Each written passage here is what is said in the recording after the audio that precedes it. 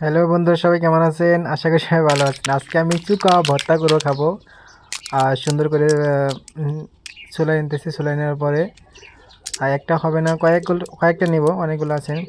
তো এক একটা করে চুলাই নেওয়ার পরে এক একটা করে বাটিতে ধোবো। তো বাটিতে তখন ধোয়ার পরে দেখেন এই যে এত সুন্দর লাগে, অনেকটাই সুন্দর লাগে। এরপরে চিনি দিব।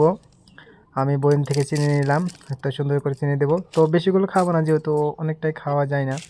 এরপরে সুন্দর করে মেখে নেব, হাত দিয়ে একটু ডলা ডলা করে, মানে যেরকম করে না। এরপরে লবণ দেব, লবণ দিয়ে মেখে নেব। চিনি আর লবণ দুইটা দেবো, ঠিক আছে?